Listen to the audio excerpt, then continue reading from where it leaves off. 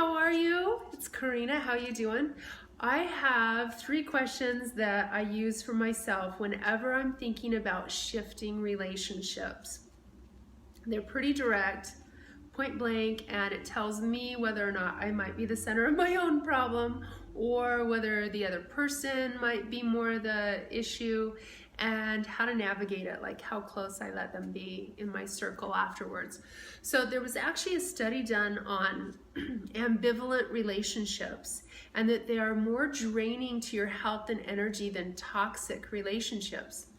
How can that be? Well, at least with toxic people, we're like, oh, I know that, and this is what they're like, and this is what they do. And so we're pretty guarded, or we have tactics and strategies that we use right away. With ambivalent relationships with our frenemies, it's draining. We're like, I should probably call him or her, or I should give him the thumbs up on Facebook, or do the big love you like everyone else in the group is doing when I'm not really feeling it. Those are the relationships that are really draining. So how do you know when to shift and what to shift? Okay, so the first question that I ask myself is this happening just with me, or do they have this happening in other areas of their lives? Like if you ask their 5 closest friends, do they have this behavior going on with you, or have you seen this behavior with them and other people? That's a great question. Because for number 1, if it's just me, I turn around, I go look in the mirror, and I'm like, okay, what is going on with me? Why am I using some aspect that's triggering them in this way? Or why is it that they want to interact with me this way? It has a lot to do with me. This becomes really crystal clear. If this is pretty habitual with them, let's say they're controlling or manipulative, or let's say they like to hide a bunch of stuff and then surprise, bring it out later, and you're like, what? If they've done this in other areas, in really important areas of their lives, then that's them, okay?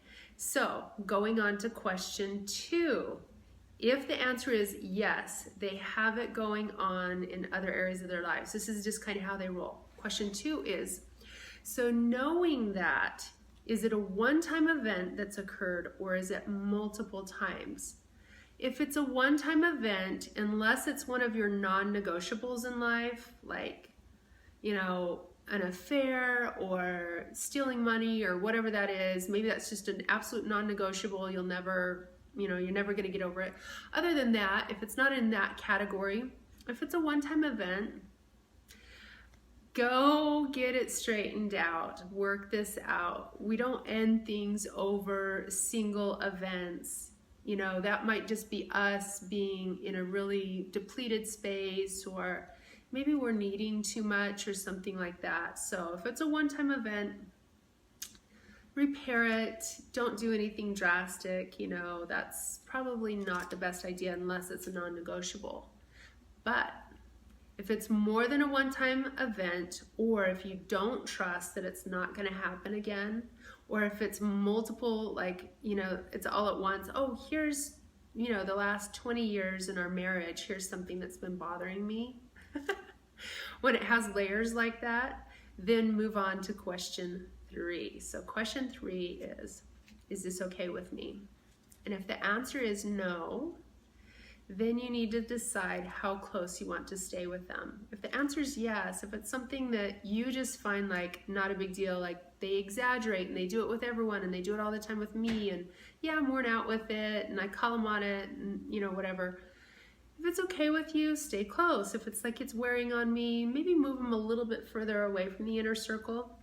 If it's something that you just go, this does not work for me on any level, I'm clearing this out of my life, or I don't trust that they're not going to repeatedly do it again, they might need to move so far out of the circle that they're in a triangle or a square, because, it just depends on how much it's affecting you, right? And so that's my 3 questions.